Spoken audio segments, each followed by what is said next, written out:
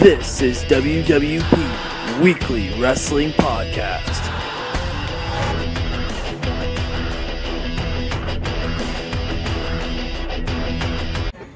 Following Bola Night 3, I'm here with the effing machine, the Swolverine, Brian Cage. What's going on, my man? Not much. You know, I had a hell of a match tonight. Came up short. You know, it was fun throwing Jack around. Then I actually ran down to another show and had an awesome match with Willie Mack, unbeknownst to most. And then I just finished up my cheat meals, so I'm feeling stuffed but feeling good. That's what, 4 or 5 matches in this weekend? Yeah.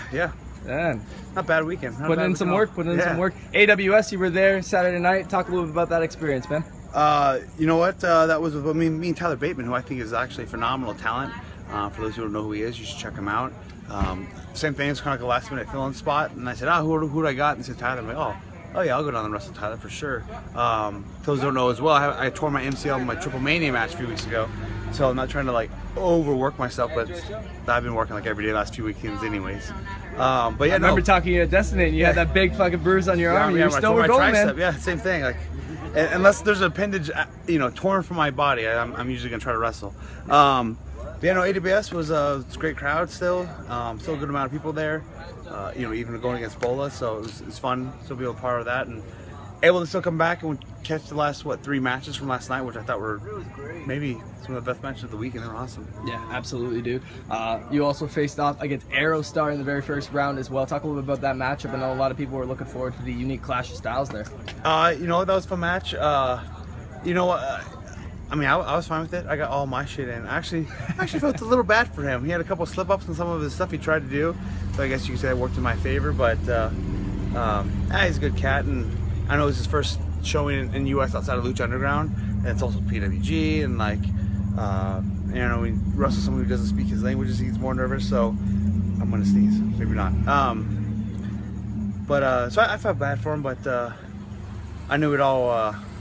Everything would be forgotten and forgiven as soon as I hit that center screwdriver. So that was my highlight of the weekend, that first one I hit. It was a couple months back where we were going to see you back at Destiny World Wrestling for the Destiny World Wrestling Championship Tournament, and unfortunately things didn't work out. Talk a little bit about what happened there.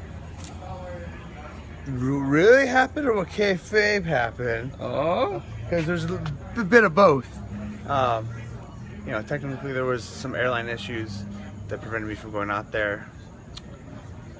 I guess technically that is what happened, but we'll just say it wasn't the airlines that messed up, it was somebody else. But and I wanted to go out there, but I was looking forward to that match with Ethan Page. I know, I was too. And I really was. I don't think originally was going to work with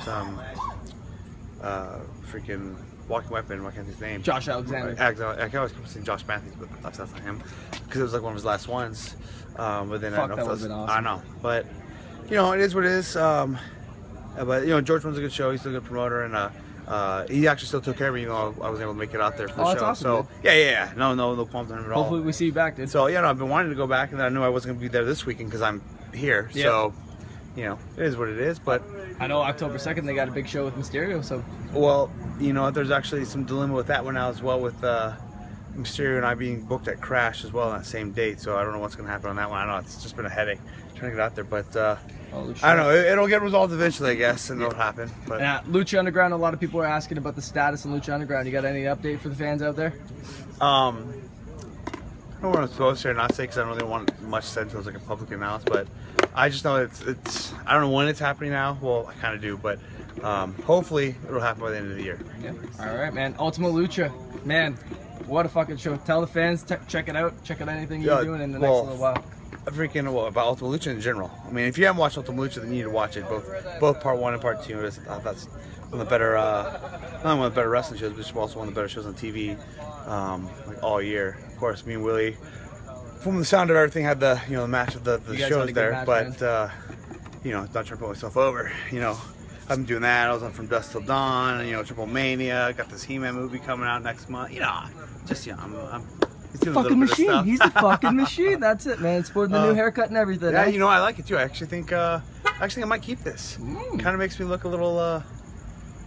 People say look a little meaner. I feel like too. After wearing the Trump shirt in Mexico. You're already intimidated, man. After wearing the Trump shirt in Mexico, was curb stomping Willie Mack through a cinder block. I also needs the swastika, and I'm ready to go now. So it's. Throw out some plugs, man. Anything you want to your fans. You know, you can follow me on Twitter, Mr. GMSI_BCage. It's kind of a shitty name, but just follow it anyways. Instagram, Brian Cage. Moving up the ladder there on the followers on that one, so jump on that bandwagon. And ProWrestlingTees.com/Brian Cage. Get all your swag there. That's the place to be, man. Thank you very much for the time. I appreciate it. No problem, man.